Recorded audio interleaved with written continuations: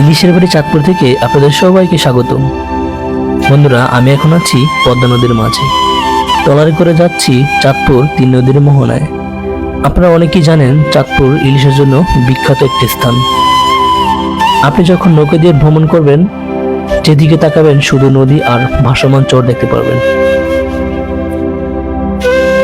এই চরের মধ্যে রাখাল গরু রাখে, কৃষক ভাই কৃষিকাজ নিয়ে ব্যস্ত থাকে, জেলে ভাইরা মাছ ধরা নিয়ে ব্যস্ত থাকে, আর আমরা এখন ব্যস্ত আছি আমাদের গন্তব্যস্থানে পৌঁছানোর জন্য। আপনারা যে চাঁদপুরের ইলিশ মাছ খান, সেইগুলো এই নদীতেই ধরে আমাদের জেলে ভাইরা। দেখুন জেলে ভাইদের মাছ ধরার দৃশ্যগুলো, কত সুন্দরভাবে ওনারা মাছ ধরতেছে।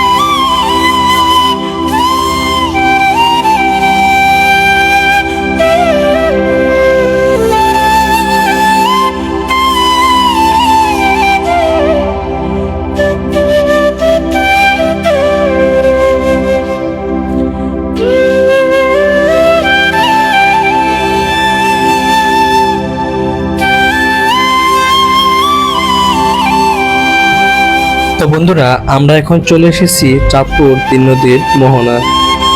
এখানে অনেক দূর থেকেও মানুষ ঘোরার জন্য আসে, শুধুমাত্র একটু প্রশান্তির খোঁজে। তাই তো দেরি না করে আমরাও চলে এসেছি একটু প্রশান্তির খোঁজে চাঁদপুর 3 নদীর মোহনায়। এইখানে সব সময় পানির স্রোত একটু বেশি থাকে। নৌকা দিয়ে ভ্রমণ করার টাইমে অনেক ঢেউ দেখা যায়। এইখানে ভ্রমণ করার টাইমে একটু সাবধানে ভ্রমণ করবেন। এইখানে অনেক লঞ্চ, জাহাজ, ট্রলার ডুবে যাওয়ার কথা শুনেছি অনেকবার, তাই তো একটু সাবধানে সবাই ভ্রমণ করবেন। তো আজকের ভিডিওটা এই পর্যন্তই। জানি না ভিডিওটা কেমন হয়েছে, ভালো লাগলে অবশ্যই পেজটাকে ফলো দিয়ে রাখবেন।